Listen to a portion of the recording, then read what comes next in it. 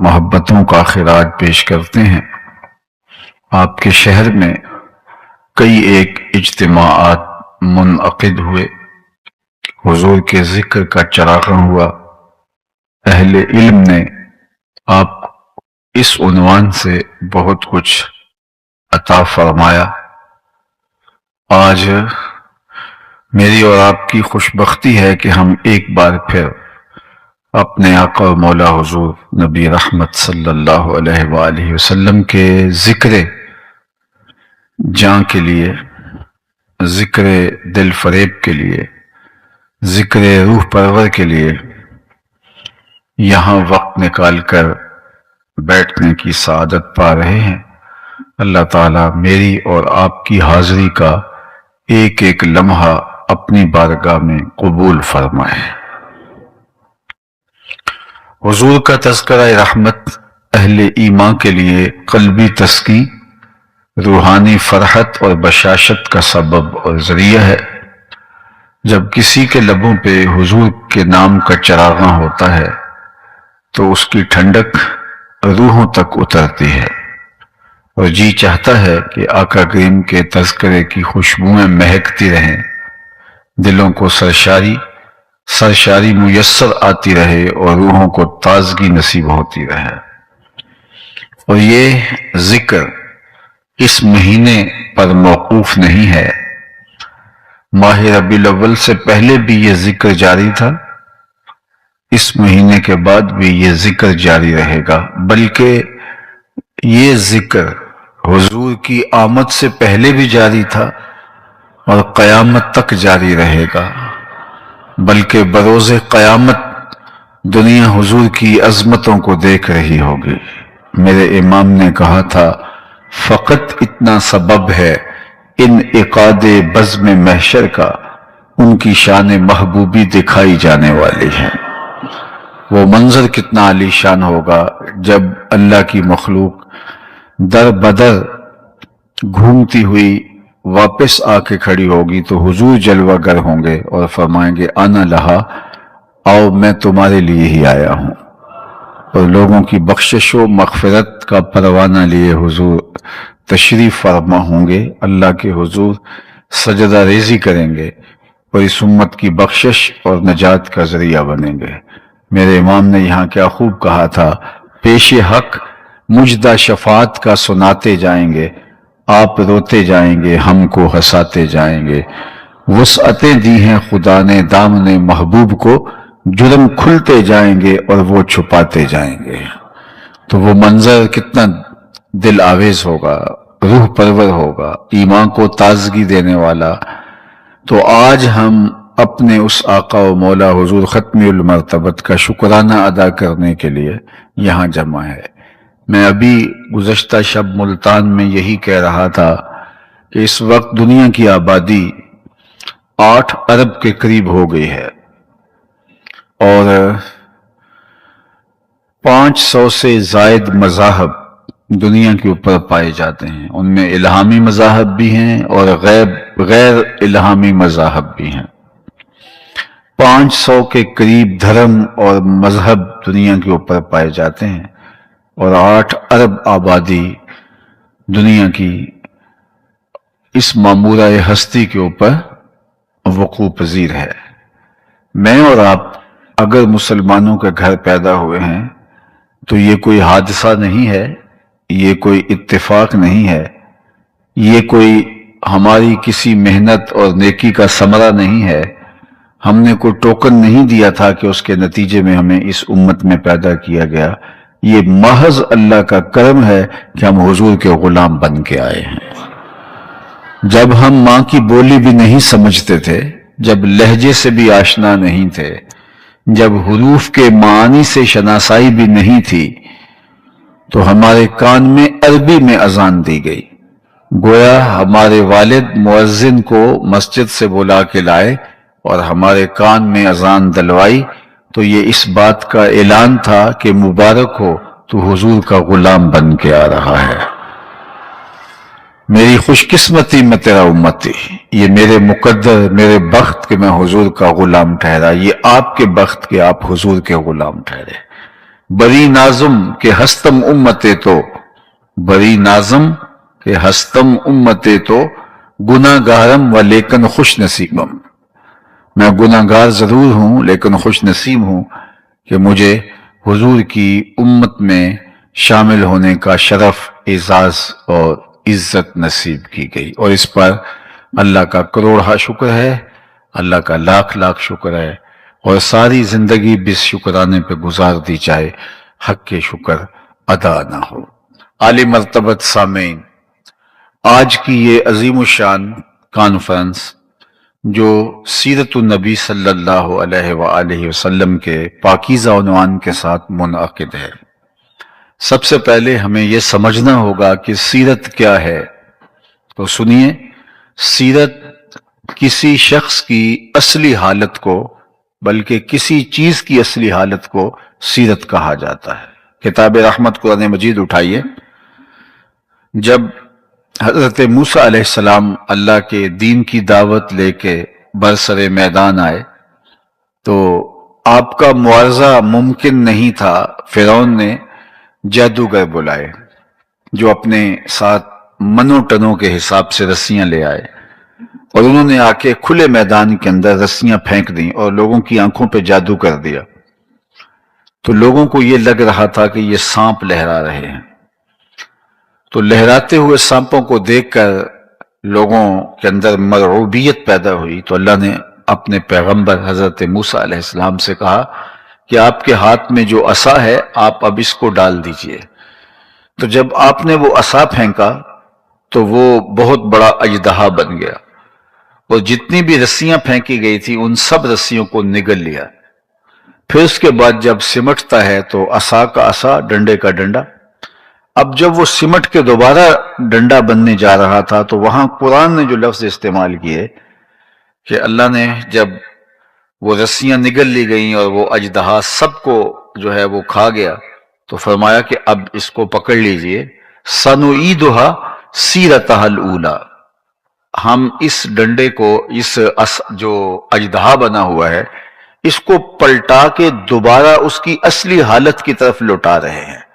تو وہاں جو قرآن نے لفظ استعمال کیا ہے وہ سیرت کا لفظ استعمال، سَنُعِيدُهَا سِيرَتَهَا الْأُولَى، تو کسی بھی اصلی حالت کو سیرت کہا جاتا ہے۔ تو پھر یہ سمجھ آئی کہ اگر کوئی شخص گاہک سے ہنس ہنس کے بول رہا ہو تو ہم یہ نہیں کہہ سکتے کہ یہ خوش اخلاق ہے، یہ اس کی مجبوری بھی ہو سکتی ہے، کاروباری مجبوری۔ الیکشن کے دنوں میں کوئی امیدوار آپ کو جفیاں ڈال رہا ہو تو یہ اندازہ کرنا مشکل ہے کہ یہ بہت خلیق ہے، بڑا خوش خلق ہے، یہ بڑا انسان دوست ہے۔ اس کی اصلی حالت نہیں ہے، اس وقت غرض کی بنیاد پر اس کی ایک عارضی حالت ہے۔ یہ الیکشن کے بعد دیکھا جائے گا کہ اس کی حالت کیا ہے، اصلی حالت بعد میں کھل کے سامنے آئے گی۔ عمومی طور پہ کسی شخص کی اصلی حالت اس کی بیوی کے سامنے، اس کی ماں کے سامنے، اس کے اہل خانہ کے سامنے ہوتی ہے۔ اسی لیے اللہ کے محبوب علیہ السلام نے فرمایا خیرکم خیرکم لأہلہ وانا خیرکم لأہلی، تم میں سب سے بہتر وہ ہے جو اپنے اہل خانہ کے ساتھ بہتر ہے، اور میں تم میں سب سے زیادہ اپنے اہل خانہ سے بہتر ہوں۔ ازواج مطہرات کے ساتھ حضور کا جو رویہ تھا، حضور علیہ السلام کا جو سلوک تھا، وہ کتنا دل آویز ہے۔ اللہ اکبر، ذرا غور کیجئے، جب حضور کا وصال ہوتا ہے تو حضور کے نکاح میں اس وقت 9 ازواج تھیں، 9 ازواج میں سے کسی ایک کو بھی شکایت نہیں تھی کہ مجھے وقت پورا نہیں ملا، مجھے انصاف نہیں ملا، مجھے میری ضرورتیں میسر نہیں آئیں، اور مجھے شفقتیں میسر نہیں آئیں، اور یہ آسان کام نہیں ہے۔ اور یہ اللہ کے پیارے محبوب صلی اللہ علیہ وآلہ وسلم کی سیرت ہے۔ اور یہ نہیں کہ کوئی فارغ شخص ہو تو وہ ہر ایک کو پورا وقت دے دے، تو یہ بھی چلو بات ماننے میں آ جاتی ہے۔ حضور کی مصروفیت کا عالم ان ایام میں کیا ہے، ذرا ملاحظہ کیجئے۔ یہ جو مدینہ المنورہ کے 10 سال ہیں، میں آپ سے ایک بات کرتا ہوں، ہمارے دیہاتوں میں ایک بات ہوتی ہے، شہر کے لوگ بھی اس مزاج سے آگاہ ہیں، کہ اگر زندگی میں 302 کا ایک کیس آ جائے تو آدھی زندگی کھا جاتا ہے۔ اگرچہ وہ جھوٹا ہی کیوں نہ ہو۔ 302 کا ایک کیس اگر کسی کے اوپر ڈال دیا جائے تو آدھی زندگی وہ کیس لے جاتا ہے، لیکن ان 10 سالوں کے اندر میرے اور آپ کے آقا و مولا نے 27 جنگیں لڑی ہیں۔ ذرا غور کیجئے، 27 جنگیں لڑی ہیں ان 10 سالوں کے اندر۔ یہ ہے مصروفیت کا عالم، قیامت تک آنے والے انسانیت کو منشور حیات دیا ہے، یہ ہے حضور کی مصروفیت کا عالم۔ اللہ کے محبوب کی زندگی کے روز و شب لوگوں کے اندر گزرتے ہیں، کبھی بازار میں جا نکلتے ہیں اور ان کو اسلوب تجارت سکھاتے ہیں، آنے والے وفود سے ملاقات ہوتی ہے، کبھی لوگوں کی بیمار پرسی کرتے دکھائی دیتے ہیں، کبھی حضور کسی کے جنازے کے لیے تشریف فرما ہو رہے ہیں۔ حضور 5 نمازیں خود پڑھاتے تھے مسجد نبوی کے اندر، صفہ کے چبوترے پہ بیٹھ کے پڑھنے والوں کو سبق حضور خود دیا کرتے تھے۔ اللہ کے محبوب نے اسفار بھی کیے ہیں، خطوط بھی لکھے ہیں، خطوط لکھوائے ہیں، وفود بھیجے ہیں۔ اللہ کے محبوب نے مختلف لوگوں کی حوصلہ افزائی کی ہے، اچھائی کی ترغیب دی ہے، برائی سے عملاً منع کیا ہے۔ یہ حضور کی زندگی کے روز و شب ہیں، اور سارا دن یوں گزرتا ہے، اور جب رات گہری ہوتی ہے تو حضور مصلی پہ کھڑے ہو جاتے ہیں، حتی تتورم قدماہ، یہاں تک کہ مبارک قدم جو ہیں ان میں ورم آ جاتا ہے، اور میرا رب رب ہو کے کہتا ہے، اے چادر اوڑھنے والے، ساری رات جاگا نہ کر، کبھی سو بھی لیا کر۔ یہ ہے حضور کی زندگی کے روز و شب۔ کسی نے ٹائم مینجمنٹ سیکھنی ہو تو وہ اللہ کے رسول سے سیکھے۔ آج کی تاریخ میں سب سے زیادہ جن چیزوں کو اہمیت دی جا رہی ہے اور جس پہ زیادہ تحقیق اور ریسرچ چل رہی ہے، ان میں سے ایک چیز ٹائم مینجمنٹ ہے۔ لوگوں کے پاس وقت سکڑ گیا ہے، کام زیادہ ہو گئے، تو لوگ یہ پوچھتے ہیں کہ تھوڑے وقت کے اندر زیادہ کام کیسے کریں۔ تو اب حضور کی زندگی کے 10 برس دیکھ لیں، 27 جنگیں بھی ہیں اور لوگوں کو اسلوب زندگی بھی سکھایا۔ اللہ کے محبوب نے صفہ کے چبوترے پہ بیٹھ کے پڑھنے والے تمام صحابہ کو قیامت تک آنے والے مسائل کا حل بھی دیا۔ گھر میں ام المومنین کو جو ہے وہ تمام خواتین کے مسائل بھی سکھائے، اور آقا کریم علیہ السلام نے آنے والے وفود سے ملاقات بھی کی، اور 9 ازواج میں سے کسی ایک خاتون کو بھی شکایت نہیں ہے کہ مجھے وقت پورا نہیں ملا ہے۔ اللہ اکبر۔ تو یہ حضور کی زندگی ہے، تو ٹائم مینجمنٹ حضور سے سیکھیں۔ اور آج لوگ کہتے ہیں کہ وقت بچانے کا بہترین طریقہ یہ ہے کہ آپ اپنے ضروری کام خود کریں، اس سے بہت سارا وقت بچتا ہے، اور یہ آپ حضور کی سیرت سے سیکھ سکتے ہیں۔ اللہ کے محبوب علیہ السلام ایک سفر میں ہیں، تو ایک جگہ پہ پڑاؤ کیا، تو کوئی چولہا سیدھا کرنے لگا، کوئی گوشت کاٹنے لگا، کوئی اور ضرورت کے لیے کھانے کی تیاری میں لگ گیا، تو آقا کریم بھی ایک سمت چل دیے۔ تو صحابہ نے کہا، حضور آپ کہاں تشریف لے جا رہے ہیں؟ فرمایا، علیہ جمع الحطب، میں لکڑیاں جمع کر کے لاتا ہوں۔ تو لوگوں نے کہا، حضور ہم خادم ہیں، ہم کس لیے؟ تو فرمایا کہ میں یہ پسند نہیں کرتا کہ لوگ کام کریں اور میں معتبر بن کے بیٹھا رہوں۔ اللہ اکبر۔ ہمارے تو خادم صاحب یہ ٹشو کا ڈبہ بھی پاس لے کے کھڑے ہوتے ہیں کہ ہمارے لیڈر ٹشو بھی خود نکال نہیں پاتے، تو کیا انہوں نے امت سازی کا عمل کرنا ہے؟ جو گلاس میں پانی خود نہ ڈال سکیں، جو ٹشو نہ اٹھا سکیں، تو وہ کس طرح امت سازی کا عمل کریں گے؟ حضور نے فرمایا، علیہ جمع الحطب، میرے اوپر لکڑیاں جمع کرنا ہے، اور حضور لکڑیاں جمع کر کے لائے تاکہ ان کاموں کے اندر میرا بھی برابر کا حصہ ہو۔ غزوہ خندق کے موقع پر آپ جانتے ہیں کہ کیا حال ہوا؟ بھوک کی شدت ہے، اور شدت کی وجہ سے انہوں نے اپنے اپنے پیٹ پہ پتھر باندھے ہوئے تھے، اور جب برداشت سے کام باہر ہونے لگا تو کچھ لوگ حضور کے پاس آئے اور شکایت کی کہ حضور اب تو بھوک کی اتنی شدت ہے، دیکھیے پیٹ کے اوپر پتھر باندھ لیے ہیں، اب تو جو ہے وہ کام نہیں ہو پا رہا۔ تو حضور نے ان کو کوئی تسلی آمیز صرف لفظ دینے کی بجائے اپنے پیٹ سے کپڑا اٹھایا، تو لوگوں نے دیکھا کہ حضور کے پیٹ پہ 2 پتھر بندھے ہوئے تھے۔ اگر ان کے پیٹ پہ 1 پتھر بندھا ہے تو حضور کے بطن اقدس کے اوپر 2 پتھر بندھے ہوئے تھے۔ تو پھر انہوں نے جو جذبہ اور جوش کے ساتھ میدان عمل کے اندر جو ہے وہ کود کے نعرہ لگایا، وہ یہ تھا، نحن الذین بایعوا محمدا، ہم وہ ہیں جن کا پیر یہ ہے، ہم وہ ہیں جن کا مرشد گرامی یہ ہے، ہم وہ ہیں جنہوں نے حضور کے ہاتھ پہ بیعت کی ہے۔ پھر وہ پوری ہمت کے ساتھ، توانائی کے ساتھ میدان عمل میں موجود پائے گئے، اور پھر حالات کے رخ کو پلٹ کے رکھ دیا۔ تو یہ حضور کی سیرت طیبہ ہے۔ حضور اپنے کام خود کرتے تھے، اپنی ضرورتوں کی تکمیل خود کرتے تھے، گھر جاتے تھے تو گھر والوں کے ساتھ حضور علیہ السلام جو ہے وہ کام کاج میں مدد کرواتے تھے۔ آج تو ہماری تاریخ کے اندر کوئی ہی مرد ہوگا جو اپنے اہل خانہ کے ساتھ جا کے ہاتھ بٹاتا ہوگا۔ بعض اوقات ہم میاں بیوی اکٹھے باہر سے کسی سفر سے آ رہے ہوتے ہیں تو طاقتور مرد ہوتا ہے، خاتون کمزور ہوتی ہے، لیکن گھر جا کے مرد جا کے لیٹ جاتا ہے اور عورت کچن میں چلی جاتی ہے، اور مرد کو کبھی خیال نہیں آیا کہ دونوں میں سے کمزور وہ ہے، اور ایک جیسا سفر ہم کاٹ کے آئے ہیں، زیادہ تھکن اس کو آئی ہوگی، لیکن میں اب اس کو مزید کام پہ لگا رہا ہوں اور خود میں لیٹ گیا ہوں اور جو ہے وہ خود استراحت کرنے لگا ہوں۔ تو آج شاید کوئی مرد ہوں گے کچھ لوگ، لیکن تھوڑے مرد ہیں جو اپنی خواتین کے ساتھ باقاعدہ ہاتھ بٹاتے ہیں۔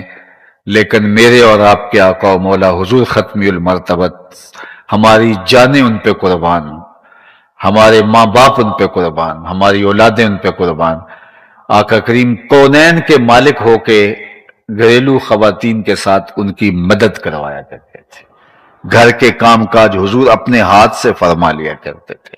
یہ حضور کا طریق تھا، یہ حضور کا انداز تھا۔ حضرت ام المومنین سیدہ عائشہ رضی اللہ تعالی عنہا فرماتی ہیں، جب ان سے پوچھا گیا کہ آپ ہمیں حضور کی سیرت کے بارے میں کچھ بتائیے، چونکہ میں نے عرض کیا ابتدا میں کہ بیوی سے بہتر مرد کو کوئی نہیں جانتا، خاتون سے زیادہ اس کے شوہر کو کوئی نہیں جانتا۔ تو حضرت عائشہ سے جب پوچھا گیا کہ آپ حضور کی بہت قربت پائی ہے، آپ بتائیے حضور کی سیرت کیا تھی، تو انہوں نے برجستہ جواب دیا، کانا خلقہ القرآن، اے مخاطب تو نے قرآن نہیں پڑھا؟ حضور کی سیرت دیکھنی ہے تو دیکھ، جو قرآن کہہ رہا ہے وہی حضور کی سیرت ہے۔ قرآن جہاں روکتا ہے وہاں حضور نہیں پائے جاتے، اور جہاں قرآن دیکھنا چاہتا ہے حضور صف اول میں کھڑے نمایاں نظر آ رہے ہیں۔ حضور کی سیرت قرآن ہے، گویا قرآن اسلام کی تھیوری ہے، اس کا پریکٹیکل دیکھنا ہے تو ذات رسالت مآب صلی اللہ علیہ وآلہ وسلم کو دیکھنا۔ اور خواتین کے ساتھ شفقت کا عالم یہ ہے، حضور نے ازواج مطہرات کو لاڈ سے کچھ ناموں سے پکارنے کا مزاج رکھا ہوا تھا۔ ام المومنین کو حضور حمیرہ کہہ کے پکارتے تھے۔ عورت کی، خاتون کی، بیوی کی تھکن اتر جاتی ہے جب مرد اس کو لاڈ سے کسی مخصوص نام سے پکارتا ہے۔ تو اللہ کے محبوب علیہ السلام حضرت عائشہ رضی اللہ تعالی عنہا کو حمیرہ کہہ کے پکارتے تھے۔ تو فرماتی ہیں کہ ایک دن حضور تشریف لائے تو میرے ہاتھ میں آب خورا تھا، پانی کا پیالہ تھا، اور میں پانی پی رہی تھی۔ تو جو ہی حضور گھر میں داخل ہوئے اور مجھے پانی پیتے ہوئے دیکھا تو فرمایا، عائشہ تھوڑا سا میرے لیے بھی چھوڑنا۔ تو فرماتی ہیں کہ میں نے پانی چھوڑ دیا، حضور نے میرے ہاتھ سے آب خورا لے لیا اور پھر پانی پینے لگے تو رک گئے۔ پھر مجھ سے مخاطبت کرتے ہوئے فرمایا، عائشہ ذرا بتانا تم نے ہونٹ کہاں لگائے تھے؟ مجھے یہ بتاؤ، اگر شوہر کا رویہ بیوی کے ساتھ یہ ہوگا تو گھر جنت کا ٹکڑا نہیں بن جائے گا کہ میں وہاں ہونٹ رکھ کے پینا چاہتا ہوں جہاں تم نے لب لگائے تھے، جہاں تم نے ہونٹ لگائے تھے۔ یہ ہے شفقت اللہ کے محبوب صلی اللہ علیہ وآلہ وسلم کی۔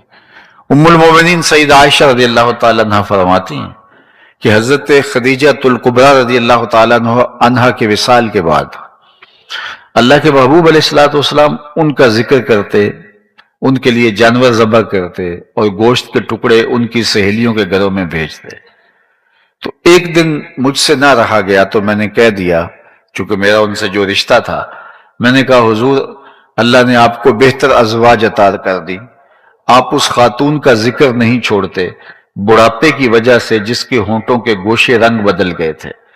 تو آقا کریم علیہ السلام نے فرمایا، عائشہ مجھے خدیجہ کے بارے تکلیف نہ دینا، جب پورے مکے نے میرا انکار کیا تھا اس نے میرا اقرار کیا تھا، اور فرمایا میں اس کو کبھی نہیں، اس کا ذکر کبھی نہیں چھوڑ سکتا۔ فرماتے ہیں پھر اس کے بعد میں نے کبھی بات نہیں کی۔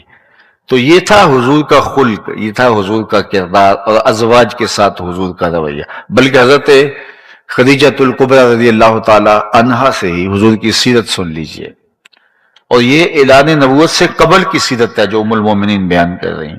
جب پہلی وحی نازل ہوئی حضور کے قلب اطہر پر، تو قرآن تو پہاڑوں پر بھی نازل ہوتا تو وہ بھی ریزہ ریزہ ہو جاتے، یہ تو حضور کا دل تھا، قلب اطہر تھا جو سہار گیا اس وحی کو، لیکن اس کا ایک احساس تھا جو حضور پا رہے تھے، اور حضور کو سردی کی فیلنگ آ رہی تھی۔ تو پہلی وحی کے بعد جب حضور گھر آئے تو فرمایا یا خدیجہ زملونی، مجھے چادر اوڑا دو، مجھے سردی لگ رہی ہے، اور فرمایا مجھے اندیشہ جاں ہے، وہ ایک کیفیت تھی حضور کے اوپر۔ تو ام المومنین نے حضور کو تسلی دیتے ہوئے فرمایا کہ آپ پریشان نہیں ہوں گے، کلا واللہ لا یخزیک اللہ ابدا، آپ کا رب آپ کو کبھی بھی بے آبرو نہیں ہونے دے گا، آپ کا رب آپ کو کبھی بھی پریشان نہیں ہونے دے گا، آپ کی عزت پہ حرف نہیں آنے دے گا۔ کیوں؟ ذرا سنیے، یہ حضور کی سیرت ہے جو برجستہ ام المومنین نے بیان کی ہے۔ حضور آج نبوت کا بتا رہے ہیں، آج پہلی وحی نازل ہو رہی ہے، لیکن ام المومنین حضور کا کردار بتا رہی ہیں۔ کلا واللہ لا یخزیک اللہ ابدا انک لتصل الرحم وتحمل الکلہ وتکسب المعدوم وتقری الضیف وتصدق الحدیث وتعین علی نوائب الحق، یہ ام المومنین کے لفظ ہیں کہ آپ کا رب آپ کو کبھی بھی تنہا نہیں چھوڑے گا، پریشان نہیں ہونے دے گا، آپ کی آبرو پہ حرف نہیں آنے دے گا۔ کیوں؟ انک لتصل الرحم، آپ صلہ رحمی کرتے ہیں، رشتہ داروں کے ساتھ سلوک اچھا کرتے ہیں۔ اللہ اکبر، جو یہ چاہے کہ اس کی عمر میں برکت ہو اور اس کے رزق میں برکت ہو، وہ رشتہ داروں کے ساتھ سلوک اچھا کرے گا۔ رشتہ داروں کے ساتھ اچھا سلوک کرنے سے رزق میں برکت پیدا ہوتی ہے اور عمر میں اضافہ ہوتا ہے۔ بعض لوگ کہتے ہیں ہم تو اچھا کرتے ہیں لیکن وہ اچھا نہیں کرتے تو پھر ہم بھی پیچھے ہٹ گئے ہیں، کوئی ایک قدم پیچھے ہٹے گا تو ہم 10 قدم پیچھے ہٹیں گے، تو یہ تو کوئی کمال نہ ہوا۔ اگر کسی نے اچھا سلوک کیا اس کے بدلے میں ہم نے آگے سے اچھا سلوک کیا تو یہ تو کوئی بڑی بات نہیں ہے، یہ تو کوئی بھی کرے تو اس کے ساتھ اچھا سلوک کیا جاتا ہے۔ کوئی برا سلوک کرے پھر بھی اچھائی کرنا اس کے ساتھ کمال یہ ہے۔ یہ ہے آپ کا اور میرا حوصلہ کہ ہم اس کے ساتھ کیا سلوک کرتے ہیں، رشتہ داروں کے کھردرے رویے کے باوجود، ان کے نامناسب سلوک کے باوجود ان کے ساتھ اچھا سلوک کرنا۔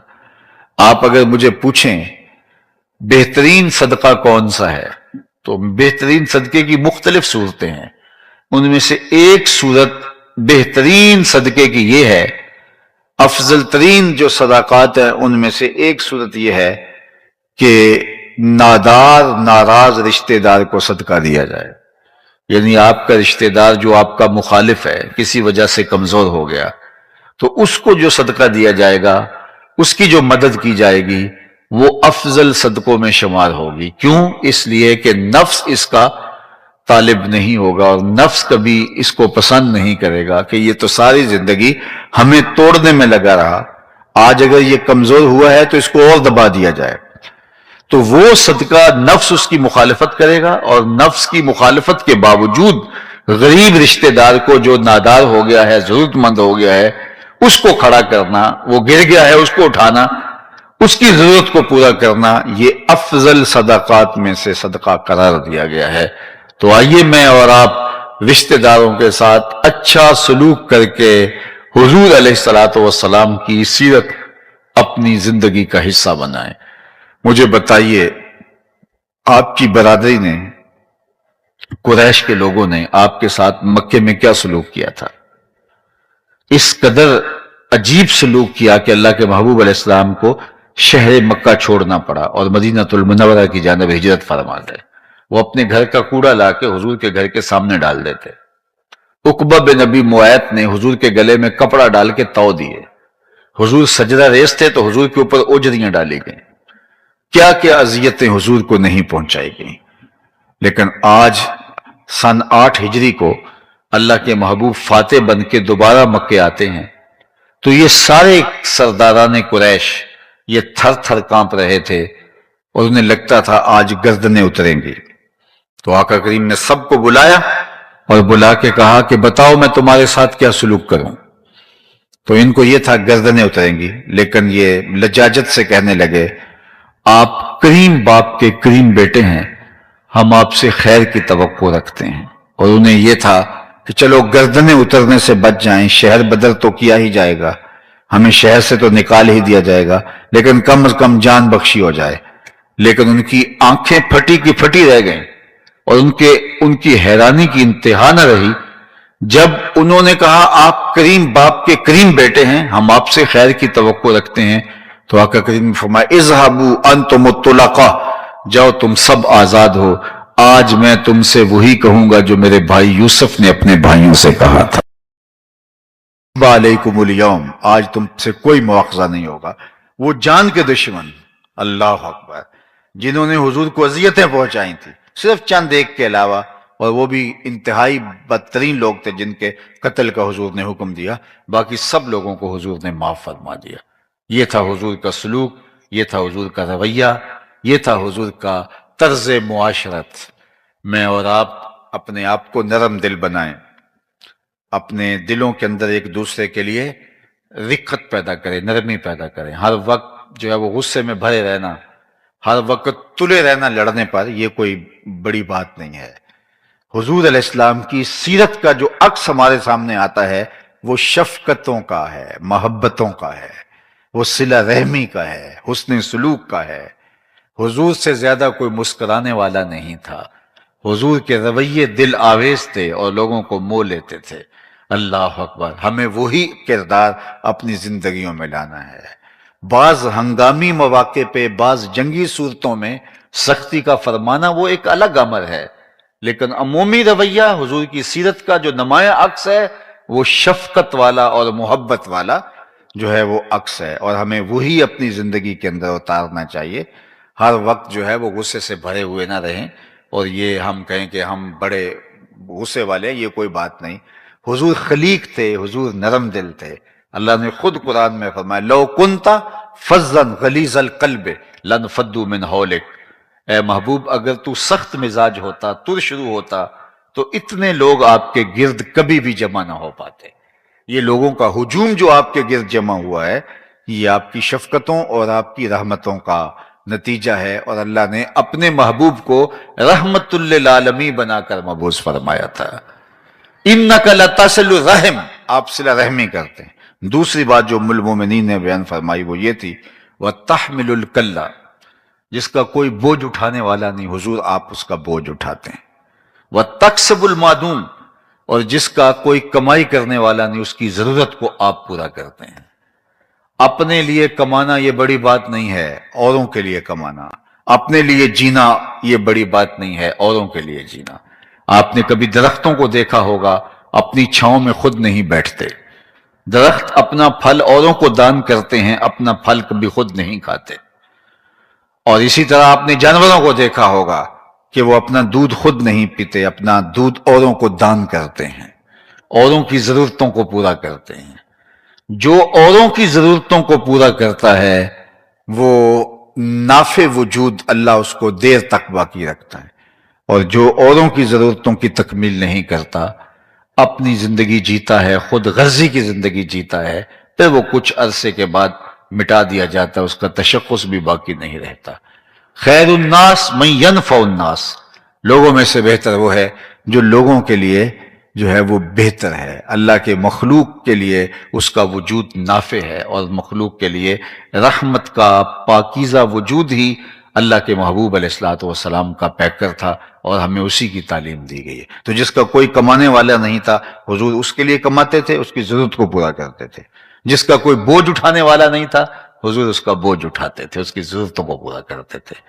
چوتھا وصف حضور کا بیان فرمایا وَتَقْرِ الضَّيْفَ، آپ اونچے درجے کے مہمان نواز ہیں۔ حضور مہمان نوازی شعار رکھتے تھے، یہ بات ذہن میں رکھیے، مہمان اپنی قسمت کا کھانا آپ کے دسترخوان پہ آ کے کھاتا ہے۔ وہ آپ کی قسمت نہیں اٹھاتا، اپنی قسمت کا کھانا آپ کے دسترخوان پہ آ کے کھاتا ہے، رحمتیں لے کے آتا ہے، برکتیں چھوڑ کے جاتا ہے۔ تو کبھی بھی تنگ دل نہیں ہونا چاہیے مہمان سے، اس نے آپ کا بالکل نہیں کھایا، اس نے اپنے مقدر کا آپ کے دسترخوان پہ کھایا ہے۔ فقیر تو اس کو پسند کرتے ہیں کہ ان کے دسترخوان پہ آئیں اور لوگ کھاتے رہیں۔ بلے شاہ نے کہا تھا، اٹ کھڑک کے دکڑ وجے تتا ہووے چلہ، آن فقیر کھا کھا جامن راضی ہووے بلا۔ انہیں اچھا لگتا ہے۔ بلکہ ہمارا دین تو اتنا پاکیزہ دین ہے کہ جب کوئی کسان فصل بوتا ہے تو جب فصل بوتا ہے تو کچھ چڑیاں کو جانور آ کے اس فصل سے دانے اٹھا کے لے جاتے ہیں، یا باغ لگاتا ہے تو پھل سے نوچ کر کچھ چڑیاں اٹھا کے لے جاتی ہیں، طوطے نوچ کے لے جاتے ہیں۔ تو وہ جانور، وہ چڑیاں، وہ طوطے، وہ باقی چیزیں جو آپ کی فصل سے دانے اپنے حصے کے اٹھا کے لے جاتے ہیں، اللہ تعالیٰ کسان کے نامہ اعمال میں وہ صدقے کے طور پہ لکھ دیتا ہے، اس کا بھی اس کو اجر ملتا ہے۔ حالانکہ ان کی قسمت کا دانہ اللہ نے وہاں رکھا ہوا تھا، وہ اپنی قسمت کا اٹھا کے لے گئے ہیں، لیکن کسان کے نامہ اعمال کے اندر بھی جس نے کھیتی لگائی اور اس کو سینچا اور پانی دیا، اللہ اس کے نامہ اعمال کے اندر درج فرما دیتا ہے۔ تو مہمانوں سے دل تنگ نہیں ہونا چاہیے، مہمانوں کے لیے دل کی کشادگی ہونی چاہیے۔ حضرت ابراہیم علیہ السلام کی تو عادت یہ تھی کہ مہمان کے بغیر کھانا ہی نہیں کھاتے تھے، اور یہ بات ذہن میں رکھیے، جو کھانا مہمان کے ساتھ کھایا جائے اس کا حساب نہیں ہوتا۔ اللہ اکبر۔ تو جب بھی انہیں بھوک لگتی تو کھانا تیار کرواتے، اہل خانہ سے کوئی مہمان ڈھونڈنے نکل جاتے۔ ایک دن کوئی 80 سال کا بوڑھا ملا، اس کو کہا کہ آؤ کھانا تیار ہے۔ وہ مسافر تھا، گزر رہا تھا، گھر لے آئے، دسترخوان پہ بٹھایا۔ جب کھانا لگا دیا گیا تو کہا اللہ کے نام سے شروع کرو۔ تو اس نے کہا میں تو اللہ کو نہیں مانتا۔ کہا میاں تیرا میرا کیا رشتہ ہے، اللہ کے نام پہ تو کھلا رہا ہوں تجھے۔ اس نے کہا میں روٹی کے چند ٹکڑوں کے لیے اپنے بتوں کا نام نہیں چھوڑ سکتا، میں تمہارے رب کا نام نہیں لوں گا، اگر کھانا دینا ہے تو ٹھیک ہے، نہیں دینا تو یہ جا رہا ہوں۔ فرمایا اگر تو اتنی غیرت رکھتا ہے بتوں کی تو ٹھیک ہے تیری مرضی، اٹھ کے چلا گیا۔ وہ چلا گیا تو جبریل حاضر خدمت ہو گئے۔ اللہ اکبر، اے ابراہیم تو نے میرا ایک بندہ ناراض کر دیا۔ مالک وہ تیرا بندہ تھا، تیرا نام لینا بھی اس کو گوارا نہیں تھا۔ کہا اس کی عمر کتنی ہوگی؟ مالک کوئی 80 کے پیٹے میں ہوگی۔ کہا اتنا عرصہ ہو گیا نا کہ میں اس کو کھلا رہا ہوں، تم ایک دن نہیں کھلا سکے۔ اب حضرت ابراہیم ڈھونڈنے نکلے اس شخص کو، وہ پہاڑ چڑھ رہا تھا، دور سے آواز دی او میاں آ جا، کھانا ٹھنڈا ہو رہا ہے۔ اس نے کہا ضرور آ جاتا ہوں لیکن تیرے رب کا نام نہیں لوں گا۔ کہا نہ لینا آ جا۔ کہا اس وقت تو بڑے غصے میں تھا، کیا ہوا اتنی جلدی مزاج بدل گیا؟ کہا اسی رب کا پیغام آیا ہے کہ میں بھی تو 80 سال سے کھلا رہا ہوں، ایک دن تو اگر کھلا دے گا تو کیا ہوگا؟ کہا اچھا تیرا رب اتنا کریم ہے تو کھانا بعد میں کھاؤں گا، پہلے اپنے رب کا غلام بنا لے۔ تو مہمان کے ساتھ کھانا کھانا یہ سعادت مندی ہے، اور فقیروں کا تو شیوا ہے۔ حضرت سیدنا الشیخ عبد القادر الجیلانی علیہ رحمہ و رضوان، حضور غوث اعظم علیہ رحمہ فرماتے ہیں آدھا فقر بھوکوں کو کھانا کھلانا اور برہنہ بدن لوگوں کو لباس پہنانا ہے، باقی سارے کا سارا آدھا بنتا ہے۔ باقی آپ کی ریاضتیں، آپ کی عبادتیں، آپ کی چلہ کشیاں، آپ کے اوراد، وظائف، اشغال، باقی جو کچھ بھی ہے وہ آدھا فقر بنتا ہے۔ آدھی فقیری بھوکوں کو کھانا کھلانا اور برہنہ بدن لوگوں کو لباس پہنانا ہے۔ تو فرمایا کہ وَتَقْرِ الضَّيْفَ، حضور آپ لوگوں کو کھانا کھلاتے ہیں، ضرورت مندوں کی ضرورت کو پورا کرتے ہیں، آپ کا رب آپ کو کبھی بھی تنہا نہیں چھوڑے گا، پریشان نہیں ہونے دے گا۔ پھر اس کے بعد جو چوتھی چیز، پانچویں چیز بیان کی ام المومنین نے، وہ یہ تھی وَتَصْدُقُ الْحَدِيث، آپ نے زندگی میں کبھی جھوٹ نہیں بولا۔ یہ میرے حضور کی سیرت ہے اور اس سیرت کو ہمیں سیکھنے کی ضرورت ہے۔ آج حضور کی امت جو قدم قدم پہ جھوٹ بول رہی ہے، اس کو کس طرح زیبا ہے کہ وہ جھوٹ بولے۔ ہمارے آقا و مولا تو وہ تھے کہ جن کو کافر بھی صادق اور امین کہہ کے پکارتے تھے، اور ہم بات بات پہ جھوٹ بولیں اور حضور کی امت ہونے کا دعویٰ کریں تو ہم پھر کھڑے کہاں ہیں؟ آج ہمارا تاجر کہتا ہے جناب اگر جھوٹ نہ بولیں تو سودا نہیں بکتا، تو میں کہتا ہوں جاپان والے کیسے بیچ لیتے ہیں؟ پوری دنیا کے اوپر ان کا سودا آنکھیں بند کر کے لوگ لے رہے ہیں۔ انہوں نے جھوٹ سنا ہی نہیں ہے، وہ جھوٹ سے آشنا ہی نہیں ہے، چونکہ ان کی ماں نے بتایا، ان کے باپ نے بتایا کہ سچ ہی بولنا ہے۔ یار ہمیں تو ہمارے نبی نے بتایا تھا کہ سچ بولنا ہے.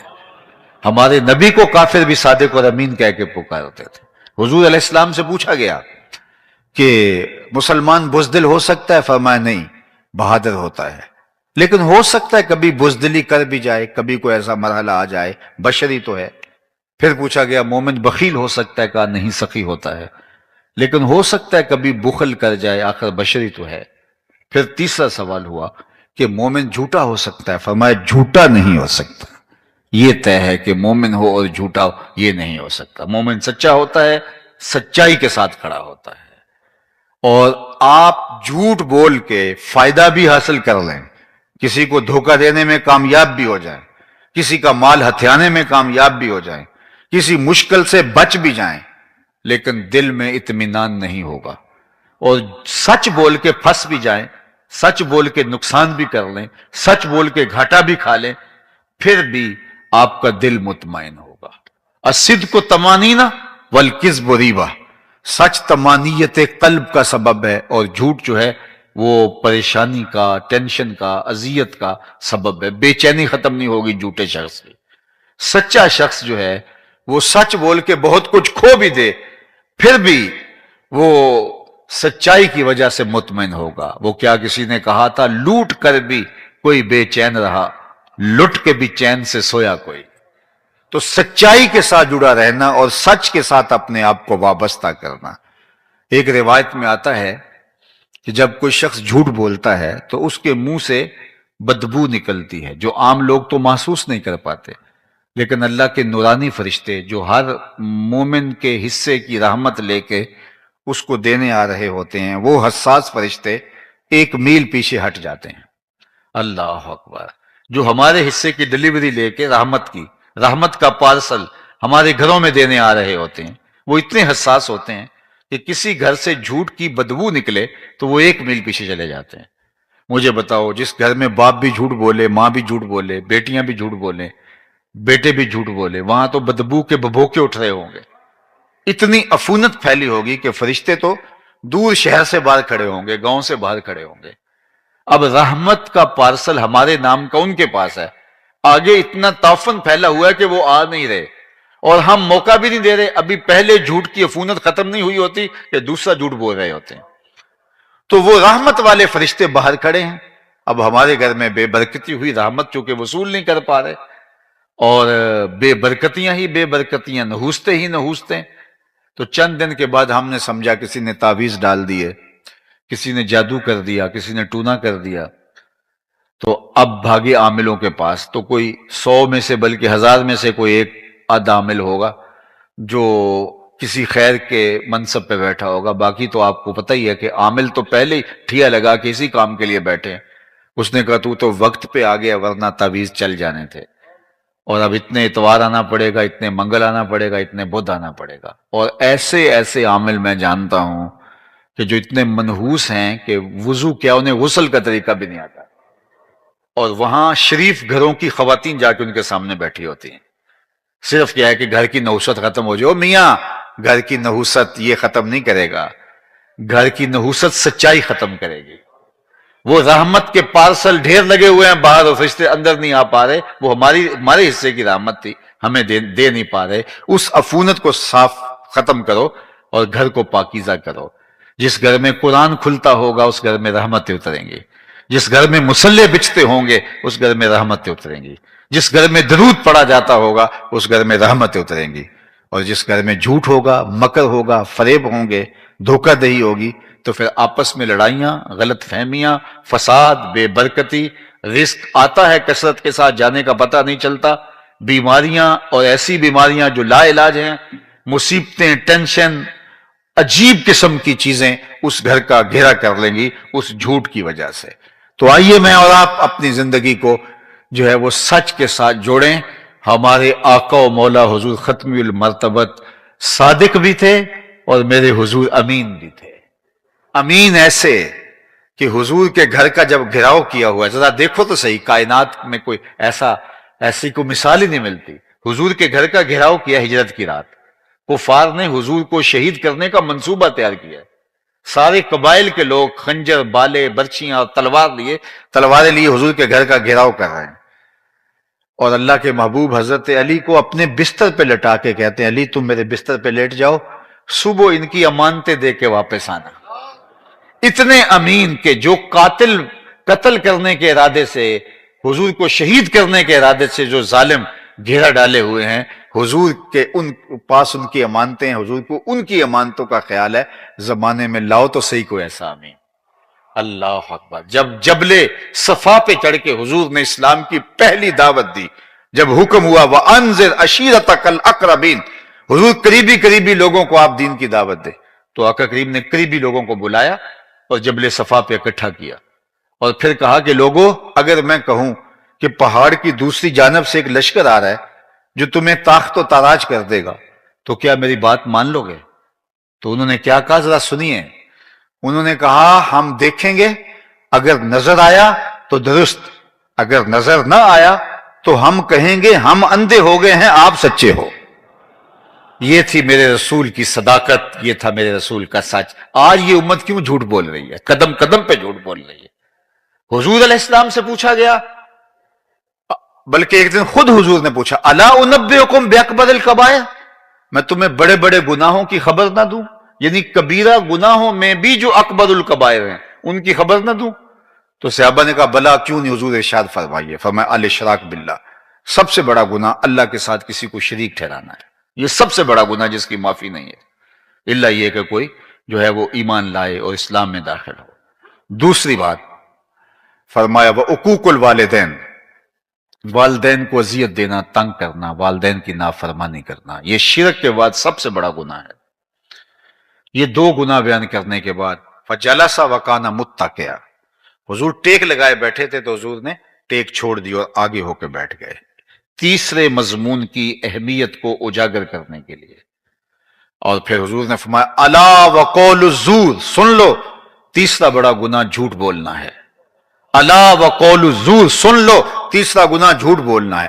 الا وقول الزور، سن لو تیسرا گناہ جھوٹ بولنا ہے۔ صحابہ فرماتے ہیں حضور بار بار فرمائے جا رہے تھے اور ہم آرزو کرے لیتہو سکتا، کاش حضور سکوت اختیار فرما لیں، ہم سمجھ گئے جو حضور بتانا چاہ رہے ہیں۔ حضور نے پہلے ٹیک چھوڑی، پھر حضور اس قدر بار بیان فرما رہے تھے کہ ہمیں حضور کی مشقت کی وجہ سے بار بار یہ خیال آتا تھا کہ حضور اگر سکوت اختیار کریں تو جو حضور فرمانا چاہ رہے ہیں حضور ہم سمجھ گئے، لیکن اللہ کے محبوب علیہ السلام جھوٹ کی مذمت اس انداز سے کر رہے تھے، پہلے ٹیک چھوڑی اور پھر بار فرمائے جا رہے تھے لوگوں جھوٹ بولنا، لوگوں جھوٹ بولنا، لوگوں جھوٹ بولنا، یہ اللہ کے نزدیک بڑے گناہوں میں سے بڑا گناہ ہے۔ مجھے یہ بتائیے کہ یہ امت کیوں جھوٹ بولتی ہے؟ اس کی زندگی میں کہاں سے جھوٹ در آیا؟ یہ سچے نبی کی غلام ہو کر کے جھوٹ کو شعار کیوں بنا بیٹھی؟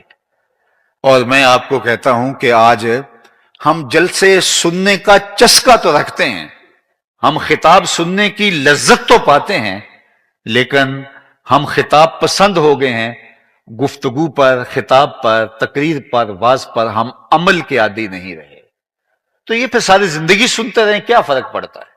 اور اگر ہم عمل کریں ہمارا معاشرہ آج ہی تبدیل ہوگا۔ میں آپ سے کہتا ہوں یہ جتنے لوگ میرے سامنے بیٹھے ہیں، مجھے اندازہ نہیں ہے کہ خانے وال سٹی کی آبادی کتنی ہے، فرض کرو 10 لاکھ آبادی ہو تو یہ اگر 5,000 6,000 3,000 10,000 بھی اگر لگا لیں، فرض کرو باہر بھی ہوں یا خواتین بھی ہوں، تو اگر 10 لاکھ آبادی ہے اور یہ 10,000 ہیں تو نہیں، لیکن چلو 10,000 ہی لگا لیں، اگر بڑا کھلا مارجن دے دیتے ہیں، تو پھر بھی یہ 1% ہیں، 99 لوگ نہیں ہیں، ایک آدمی ہے، یعنی 9,90,000 لوگ میرے سامنے نہیں ہیں، صرف 10,000 لوگ ہیں، اور صرف یہ 10,000 لوگ یہاں سے عزم کر کے اٹھیں کہ آج کے بعد جھوٹ نہیں بولیں گے، کل سے ہی دیکھ لینا آپ کا شہر بدلا بدلا دکھائی دے گا، صرف اتنے لوگ۔ اور اگر سارے بدل جائیں کہ نہیں ہم نے سچ بولنا ہے، پھر آسمان سے برکتیں اتریں گی۔ یہ جو ہم رونا روتے ہیں نا کہ یہ برے حکمران آ گئے، یہ آئے دن آفتیں آتی ہیں، یہ ہمارے اعمال کی سزا ہے۔ اللہ تعالیٰ نے قرآن مجید میں ارشاد فرمایا وہ اس بات پہ قادر ہے کہ تمہارے اوپر سے عذاب نازل کرے، تمہارے نیچے سے عذاب نازل کرے۔ تو علماء نے کہا اوپر کا عذاب یہ ہے کہ پتھر برسیں، نیچے کا عذاب یہ ہے زلزلے آئیں، لیکن حضرت عبداللہ ابن عباس رضی اللہ تعالیٰ عنہ فرماتے ہیں نہیں، اوپر کا عذاب یہ ہے حکمران نااہل ہوں، اور نیچے کا عذاب یہ ہے اولاد نافرمان۔ یہ اوپر نیچے کا عذاب ہے۔ آج یہ قوم اوپر نیچے کے عذاب میں جکڑی ہے۔ اور ایک قول حکمران نااہل ہوں اور آپ کے جو ماتحت ہیں وہ خائن ہیں، وہ خیانت کرنے والے ہوں۔ تو یہ ہماری بدعمالیوں کی سزا کے طور کے اوپر، ہمارے جھوٹ کی سزا کے طور کے اوپر، جب ہم جھوٹے ہوں گے تو پھر اعمالکم امالکم، تمہارے اعمال بھی تمہارے امال بنیں گے۔ تو پھر ہم جھوٹے ہوں گے تو پھر بدترین جھوٹا ترین آدمی اوپر ہوگا، اگر ہم سچے ہوں گے پھر سچا ترین آدمی اوپر ہوگا۔ حجاج بن یوسف وہ ظالم شخص ہے کہ حضرت حسن بصری نے کہا تھا پچھلی امتوں کے لوگ اپنے سارے ظالم لے آئیں اور ایک پلڑے میں رکھ دیں، دوسرے پلڑے میں ہم حجاج بن یوسف کو رکھ دیں تو یہ پلڑا پھر بھی بھاری ہوگا۔ 70,000 لوگ اس نے اپنے ہاتھ سے قتل کیے تھے، 90,000 لوگ اس کے حکم سے کٹے تھے۔ اتنا بڑا ظالم اس امت کا، تو کسی نے اس سے بات کر لی، کہا تو حضرت عمر کا زمانہ دیکھا ہے، اگرچہ تو اس وقت بچہ تھا، تو ان جیسا انداز حکمرانی کیوں اختیار نہیں کرتا، اتنا ظالمانہ رویہ کیوں اختیار کیا ہوا ہے؟ تو حجاج نے 2 لفظی جواب دیا، سنیے۔ اس نے کہا تبازروا اتعمر لکم، تم ابو ذر بن جاؤ میں عمر بن جاتا ہوں۔ تبازروا اتعمر لکم، تم ابو ذر بن جاؤ میں عمر بن جاتا ہوں۔ جب رعایا ابو ذر غفاری جیسی ہوتی ہے تو حکمران عمر جیسے ہوتے ہیں۔ تو آج جو ہم دیکھ رہے ہیں، جو سینیریو ہمارے سامنے ہے، یہ ہماری بدعمالیوں کی سزا ہے۔ آج مجھے دوست بتا رہا تھا کہ OIC کا اجلاس ہونے جا رہا ہے، تو میں نے اس کو یہی کہا ہے کہ OIC کے اجلاس میں کیا ہوگا کہ پورے زور سے مذمت کریں گے اسرائیل کی اور بات ختم ہو جائے گی۔ وہ ہمارے بچے ذبح کر دیں اور ہم 56-57 اسلامی ملک جو ہیں وہ صرف مذمت کرنے پہ ہی اکتفا کریں۔ اسرائیل میں یہودیوں کی تعداد اتنی نہیں ہے جتنی مسلم ممالک میں فوج کی تعداد ہے۔ 80 لاکھ کے قریب مسلم ممالک کی فوج بنتی ہے، اور اسرائیل میں 80 لاکھ یہودی نہیں ہیں، اور ہمارے بچے دن دہاڑے ذبح کرتے ہیں اور ہم کھلی آنکھوں سے دیکھتے ہیں، اور سوائے مذمت کے ہمارے پاس کوئی لفظ نہیں ہے۔ یہ ہم کہتے ہیں یہ حکمران برے ہیں، میاں یہ حکمران ہمارے اعمال کی جزا ہے، ہمارے اعمال کا صلہ ہے، ہمارے اعمال کی سزا ہے جو ہم بھگت رہے ہیں، اور یہ ہوتا رہے گا۔ میں اور آپ صرف جھوٹ بھی نہیں چھوڑنا چاہتے، کوئی نہیں چھوڑنا چاہتا جھوٹ، اور ہم کہتے ہیں کہ ٹھیک ہے ہم نے تقریر سنی ہے، سنیں گے، ہم نے واز سنا ہے، سنیں گے، اچھی محفل نعت کروائیں گے، ہم پیر صاحب سے بھی بیعت ہیں اور پیر صاحب کو بھی نذرانہ دیں گے، ہم حج بھی کریں گے، عمرے بھی کریں گے، سب کچھ کریں گے، لیکن دکان پہ بیٹھ کے جھوٹ بولیں گے، 2 نمبر مال بیچیں گے، ملاوٹ کریں گے، دھوکہ دیں گے، دجل و تلبیس کریں گے، اور چاہتے ہیں کہ اوپر فرشتوں جیسے حکمران آئیں۔ این خیال استو محال استو جنو، یہ کبھی ہونے والا نہیں ہے جب تک ہم خود صحیح نہیں ہوں گے۔ تو میں کہتا ہوں کہ قوم اگر ارادہ کر لے کہ ہم نے ٹھیک ہونا ہے تو یہ 10 لاکھ میں سے 10,000 لوگ بھی نہیں ہیں، لیکن صرف اتنے لوگ آج کے بعد عزم مصمم کر لیں تو کل سے شہر میں بدلاؤ آپ کو محسوس ہوگا۔ اور اگر سارا شہر، پھر پورا ملک اگر ارادہ کر لے کہ ہم سچ بولیں گے، صرف ایک سچ کی برکت سے ملک کل سے بدلنا شروع ہو جائے گا، لیکن ہم اس کو بدلنے کے لیے تیار نہیں ہیں۔ ہم صرف تقریر کی لذت لینا چاہتے ہیں، عمل ہمیں تلخ لگتا ہے، عمل ہمیں مشکل لگتا ہے۔ گفتگو کی لذت میں اس کے سحر میں کھو جانا چاہتے ہیں، اور زیادہ لذیذ ہوگی تو ہم اٹھ کے پیسے بھی نچھاور کریں گے، نوٹ بھی نچھاور کریں گے، نعرے بھی لگائیں گے، واہ واہ کے ڈونگرے بھی برسائیں گے، یہ سب کرنے کے لیے تیار ہیں ہم، پھول بھی پھینکیں گے، سب کچھ کریں گے، لیکن جو نہیں کریں گے وہ عمل نہیں کریں گے۔ حالانکہ جس سب کچھ نہ کیا جاتا، صرف عمل کیا جاتا۔ تقریر کا مقصد یہ تھا، واز کا مقصود یہ تھا، مدعا یہ تھا، اور یہ جلسے منعقد اسی لیے ہوتے ہیں کہ ان پر عمل کیا جائے، لیکن جو مقصود ہے اس کو چھوڑا، اور جو چیزیں مقصود نہیں تھی ان کو ہم نے اختیار کر لیا۔ تو میرے اور آپ کے آقا و مولا اس کائنات کے سب سے سچے انسان تھے، اور دنیا کو بتایا کہ سچ کیا ہوتا ہے اور سچائی کے ساتھ کیسے جڑا جاتا ہے۔ تو فرمایا ام المومنین نے حضور سے عرض گزار ہوئیں کہ انک لتصل الرحم وتحمل الکلہ وتکسب المعدوم وتقری الضیف وتصدق الحدیث وتعین علی نوائب الحق، اور مشکل میں اگر کوئی حق کے راستے میں پھنس جاتا ہے تو جب کوئی اس کے ساتھ کھڑا نہیں ہوتا حضور آپ اس کے ساتھ کھڑے ہوتے ہیں۔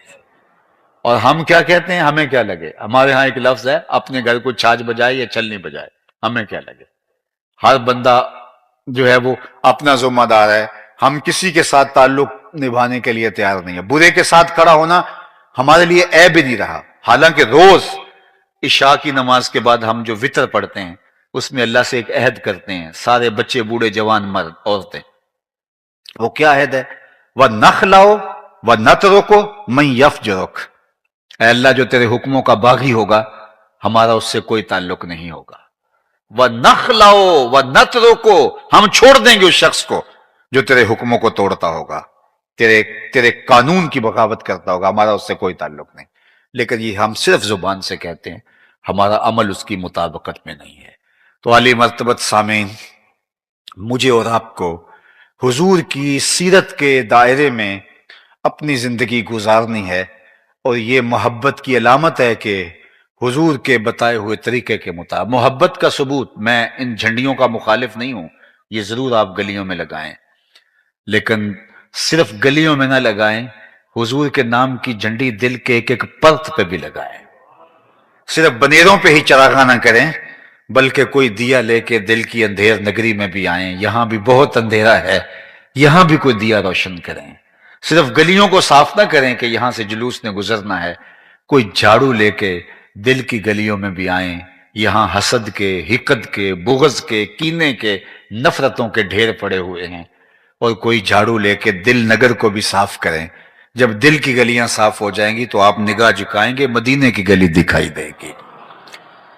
ہم نے صرف جو ہے وہ اپنے ظاہر کو، پیکنگ کو زور دیا، لیکن جو اندر تھا وہ میاں صاحب نے لکھا ہے کہ شیشے اتے کٹا جمیا کنداں چاڑی جاندے، شیشے اتے کٹا جمیا کنداں چاڑی جاندے، جلداں نوے سانب کے رکھ دے ورکے پھاڑی جاندے۔ تو پیکنگ پہ زور نہیں، بلکہ اس کے جو اندر ہے اس پہ زور دینا ہے اور اپنے اندر کو بدلنا ہے۔ اللہ ہمیں حضور کی سیرت پر عمل پیرا ہونے کی توفیق نصیب فرمائے، اپنی خاص عنایتیں ہم سب کا مقسوم کریں۔ 2 نومبر کو بفضل ہی تعالی گجرانوالہ مرکز کے اندر سالانہ مصطفیٰ اجتماع ہے، میں خود آپ کو اس کی دعوت پیش کرتا ہوں۔ عالی مرتبت علماء، مہمانان گرامی اور جتنے بھی احباب تشریف لائیں، ہماری آنکھیں اس دن آپ کے لیے فرش راہ ہوں گی۔ وآخر دعوانا ایسے ہی کر لیتے، پھر کبھی کر اللہم صلی علی سیدنا و مولانا محمد معدن الجود والکرم وآلہ وصحبہ وبارک وسلم۔ اللہ اٹھے ہوئے ہاتھ کبھی بھی خالی نہ موڑنا، پھیلی ہوئی جھولیاں رحمتوں سے بھر دینا، بخت کی بہاریں نصیب فرمانا، مقدر کی خزائیں رخصت کر دینا، جئیں تو تیرے لیے، مریں تو تیرے دین کے لیے، زندگی کی آخری ہچکی تک تیرے رسول کے وفادار رہیں، ہر علت سے، ہر قلت سے، ہر ذلت سے رہائی عطا کر دے، اپنے پاک نبی کے در کی گدائی عطا کر دے، نفس و شیطان کے مکر و فریب سے، دجل و تلبیسات سے ہماری حفاظت فرمانا۔ اللہ باطن کو ستھرائیاں دینا، خیالوں کو پاکیزگیاں دینا، سوچوں کو عفت عطا کر دینا، نور دینا، اجالے اور روشنیاں دینا۔ یہاں تشریف فرما کوئی ایک شخص بھی محروم نہ لوٹے۔ اس مجلس سیرت النبی کی برکتیں لوگوں کے گھروں میں پہنچنے سے پہلے سب کے گھروں تک پہنچا دے۔ اللہ حضور علیہ السلام کی سیرت اپنانے کی، اختیار کرنے کی ہم سب کو توفیقات عطا فرما۔ اللہ آج جن لوگوں نے اس اجتماع کا انعقاد کیا، شامل ہوئے، ادارت المصطفیٰ حلقہ خانیوال کے جملہ دوستوں کو، احباب کو اور ان کے جملہ معاونین کو، سرپرستوں کو تیرے حضور پیش کرتا ہوں۔ اللہ ان کو بہتر اجر، صلہ، جزا اور جزا عطا فرما دے، اپنی عنایات خاصہ سے مالا مال فرما دے، ہمارے اٹھے ہوئے بازیاں نصیب فرما دے۔ ہمارے علی بھائی کی والدہ بیمار ہیں، اور بھی جتنے بھی اس امت کے بیمار ہیں، اللہ سب کو شفا عطا فرما دے۔ اللہ اپنی عنایتیں، فضل نوازیاں، کرم نوازیاں اہل غزہ کے شامل حال فرما۔ اس آسمان کے نیچے، زمین کے اوپر تیرے علاوہ ان کا کوئی آسرا نہیں رہا۔ اللہ ان کے حوصلے نہ ٹوٹنے پائیں، ان کی تائید غیبی اور نصرت فرمانا۔ وصلی اللہ تعالی علی النبی الامین وآلہ واصحابہ اجمعین۔ سلام بحضور خیر۔